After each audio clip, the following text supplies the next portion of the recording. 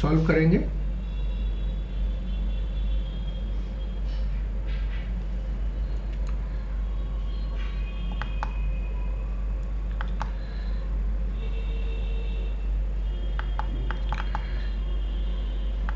चलिए, pass necessary journal entry in the books of an independent branch of a company wherever required to rectify or adjust the following.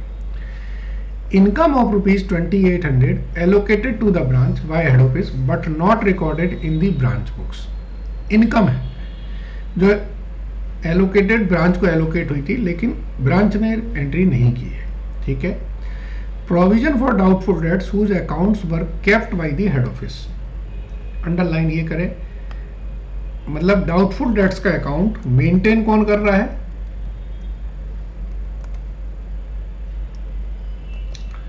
Head office maintain कर रहा है। Not provided earlier for ₹1000। Okay, branch paid ₹3000 as salary to head office manager, salary to head office, but the amount paid has been debited by the branch to salaries account, ठीक है।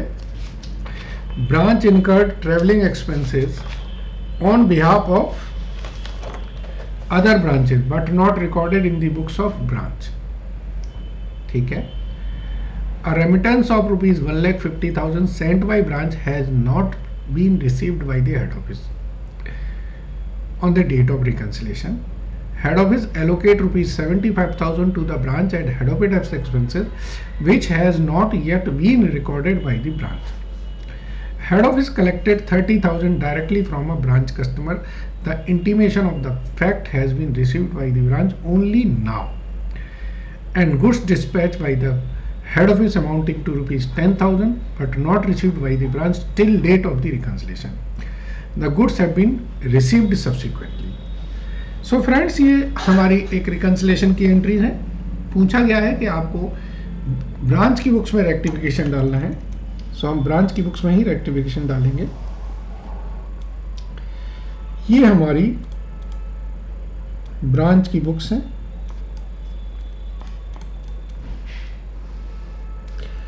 और ये part हमने हर entry की working या explanation के लिए रखा हुआ है। आपको समझ में आया हर ट्रांजैक्शन को। जैसे हम पहले ट्रांजैक्शन की बात करें, पहला ट्रांजैक्शन है income of ₹2,800 allocated to the branch. Head office ने इनकम एलोकेट की है, तो हेड ऑफिस ने अपनी बुक्स में ब्रांच को क्रेडिट किया होगा जब इनकम रिसीव्ड हुई होगी।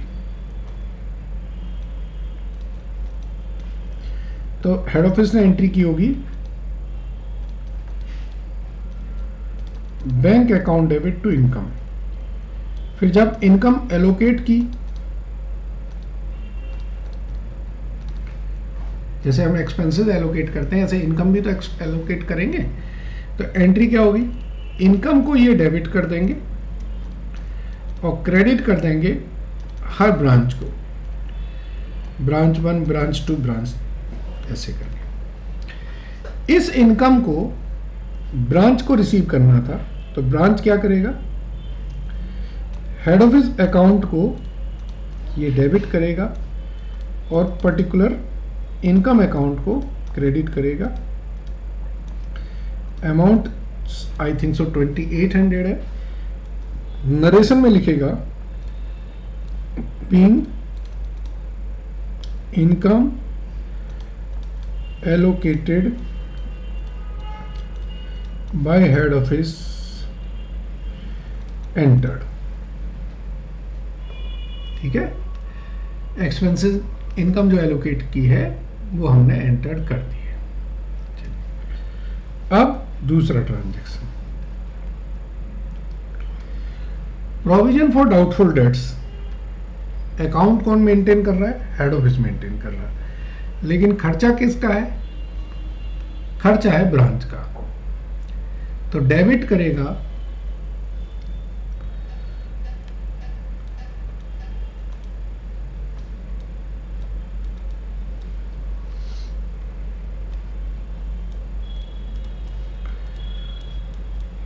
ये अपनी एंट्री लिखेगा, provision for bad debts account debit to head office account.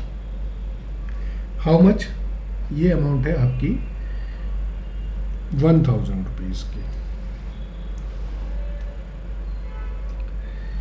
Head office branch को डेबिट करेगा, branch account debit to provision for bad debts. ये इनका P&L में चला जाएगा और ये जो है ये डिडक्ट हो जाएगा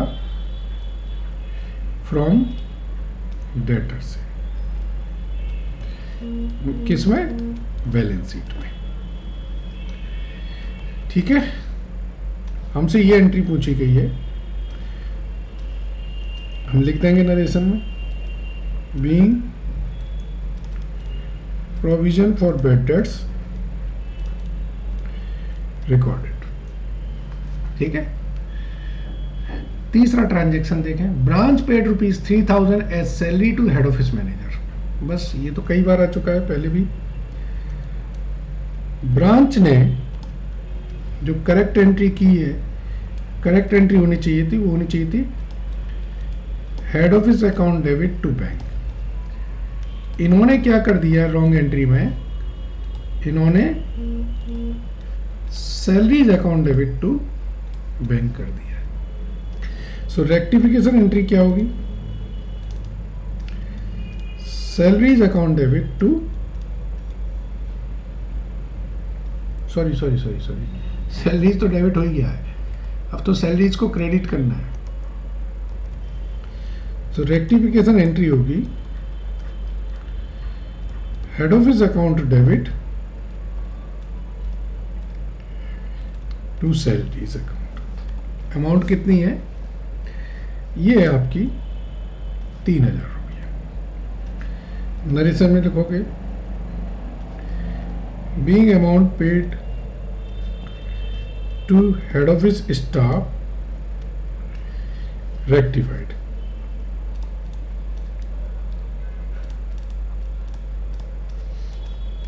ठीक है,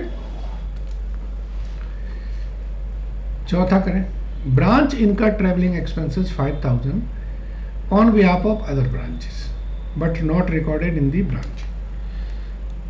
जब भी ये इंटर ब्रांच ट्रांजैक्शंस होते हैं तो हम इन केसेस में हेड ऑफिस के थ्रू ही जाते हैं।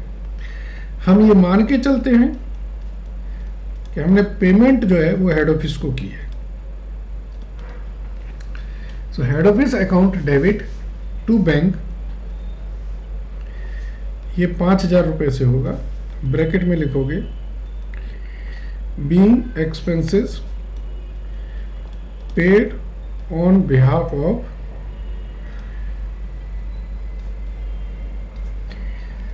Other branches.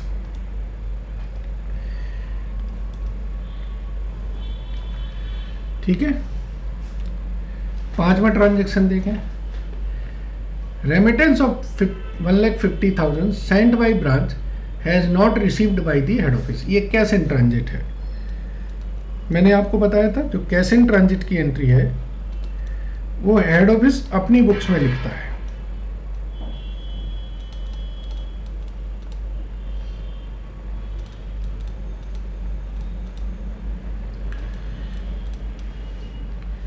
ब्रांच की बुक्स में हम इसकी कोई एंट्री नहीं करते। छठवां देखें, head office allocated ₹75,000 to branch as head office expenses. जैसे इनकम एलोकेट की थी ऐसे एक्सपेंडिचर भी एलोकेट करेंगे। तो हम अकाउंट को डेबिट करेंगे, एक्सपेंसेस अकाउंट डेबिट, और अगर सही तरह से लिखना तो head office expenses account debit to head office account, being expenses allocated by head office recorded या एंटर्ड अमाउंट कितनी है ये 75,000। यस,